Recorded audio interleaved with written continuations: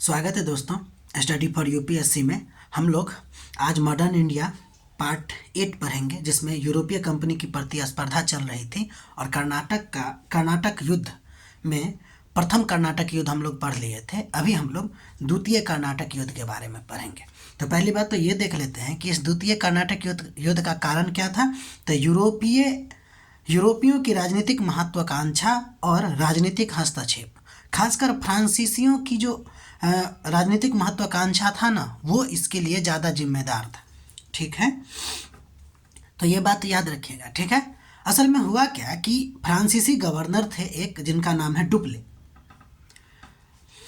थोड़े ही दिनों में उन्होंने क्या किया कि भारतीय राजनीति को पूरी तरह से समझ लिया था और वह क्या चाह रहे थे कि देशी राज्यों के पारस्परिक कलह का लाभ उठा के भारत में फ्रांसीसी राज्य की स्थापना करना चाह रहे थे। यानी कि भारतीय राज्यों के आपसी मतभेद में वो क्या करना चाह रहे थे, उसका मतभेद का फायदा उठा के भारत में फ्रांसीसी राज्य का स्थापना कर रहे थे। अतः अगर हम देखें तो द्वितीय कर्नाटक युद्ध जो है वो हैदराबाद, कर्नाटक और तंजौर राज्यों में उत्तराधिकार के प्रश्न पर हुआ। ठीक है, ये बात आप लोग ध्यान रखिएगा। तो कारण ये हो गया, और हुआ ये कि ये जो उत्तराधिकार का प्रश्न था ना, उसको लेकर अंग्रेज और फ्रांसीसियों ने अलग अलग पक्षों को क्या किया, समर्थन किया। ठीक है, तो देखिए हुआ क्या कि उत्तराधिकार को लेकर प्रश्न कैसे खड़ा हुआ। तो जब हम बात करते हैं हैदराबाद और कर्नाटक का, तो हैदराबाद की स्थापना हम जानते हैं निजामुल मुल्क या चिनकलीज खान ने किया था, और कर्नाटक का सआदत अली खान ने किया था। ठीक है, या सआदत खान ने किया था।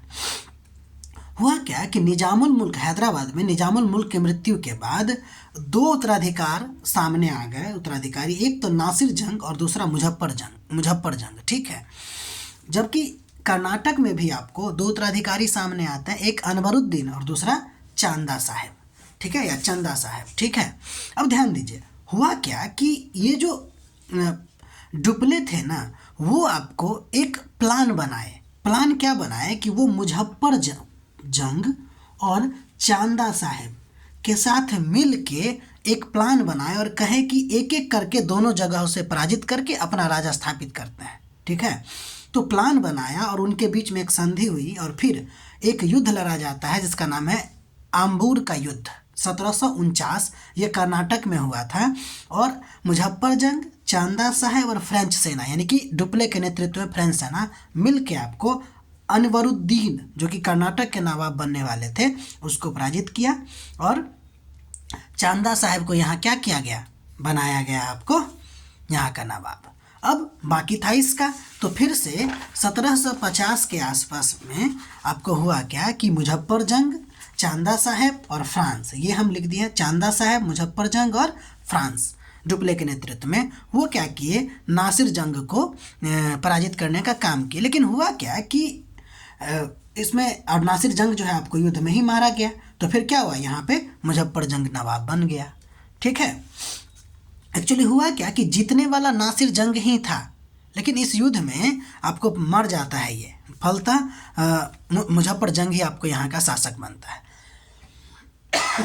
इस प्रकार अगर देखें तो प्रारंभिक तौर पर डुप्ले जो योजना बनाया था कि अपना प्रभुत्व राज्यों में स्थापित करे, वो सफल होती है, लेकिन तुरंत ही वो बहुत सारी गंभीर समस्याओं से घिर जाता है।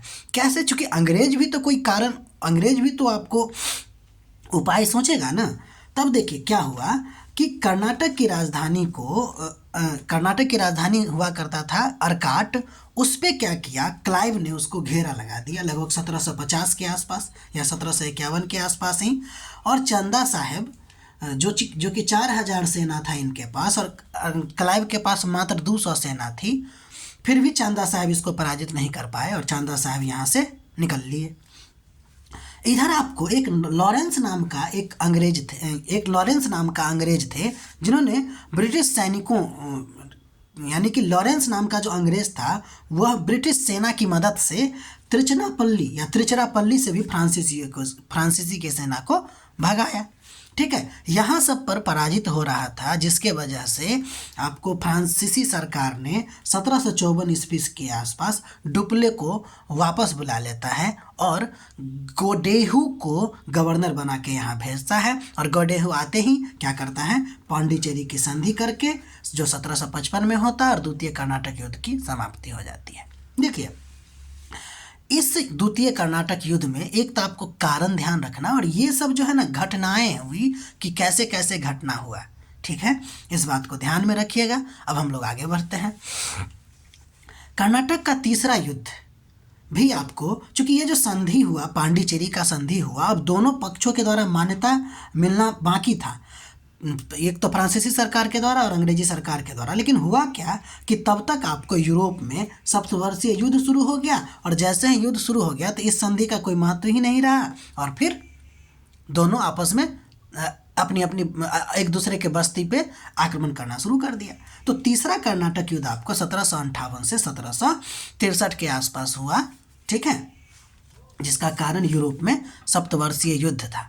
अब इसमें क्या घटनाएं हुई, इस बात को ध्यान देते हैं। हुआ ये कि दोनों कंपनी एक दूसरे के क्षेत्रों पर आक्रमण करने लगे, और फ्रांस ने सेंट जॉर्ज जीता तो अंग्रेजों ने बिहार और बंगाल और उड़ीसा क्षेत्र को जीत लिया, ठीक है। अंततः क्या हुआ कि दोनों पक्षों के बीच में 1760 ईस्वी के आसपास वांडीवास का युद्ध होता है, और जिसमें आयरकुट जो कि अंग्रेज थे वो जीता, और काउंट डी लाली को जो कि फ्रांसीसी थे उसको पराजित करता है। और इसी के साथ आपको फ्रांसीसियों का यहाँ से पूर्ण रूप से समाप्ति हो जाती है, और फिर पेरिस की संधि 1763 के द्वारा यह युद्ध जो कि वहाँ पे सप्तवर्षीय युद्ध था वो भी समाप्त हो जाता है, ठीक है। तो इस बात को आप ध्यान रखिएगा। तो कर्नाटक का जो तीसरा वार था वो पेरिस की संधि के द्वारा समाप्त होता है, ठीक।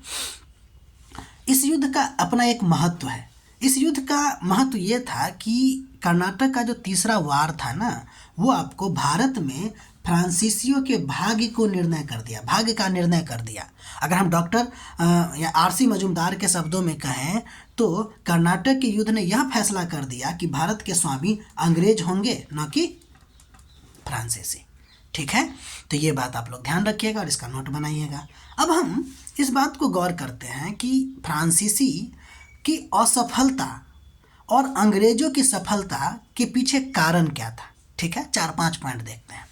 पहली बात तो ये कि ये जो फ्रांसीसी कंपनी थी ना, वह सरकारी नियंत्रण में कार्य कर रही थी, और ब्रिटिश कंपनी जो थी एक प्रकार का जॉइंट स्टॉक कंपनी थी, हम आपको बताए थे, और उसकी जो कार्य प्रणाली थी वह निजी व्यापारिक कंपनी की तरह थी।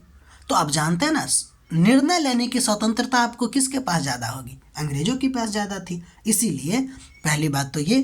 दूसरा, व्यापारिक दृष्टि से भी देखिए तो ब्रिटिश कंपनी जो है फ्रांसीसी कंपनी के तुलना में अधिक सफल हुए, ठीक है ना, क्योंकि इसको जहाँ जहाँ जो क्षेत्र मिला वो ज़्यादा मतलब समृद्ध क्षेत्र था, जैसे बंगाल हो गया, उड़ीसा हो गया, ये सब। इसके अलावा ब्रिटिश कंपनी को रॉबर्ट क्लाइव, वाटसन, आयरकुट जैसे कुशल अधिकारियों की सेवा भी मिली, यानी कि कुशल अधिकारी सब थे, कूटनीतिज्ञ सब ठीक ठाक थे, इसलिए भी आपको फ्रांसीसी पराजित हुआ और अंग्रेज जो है आपको सफल हुआ।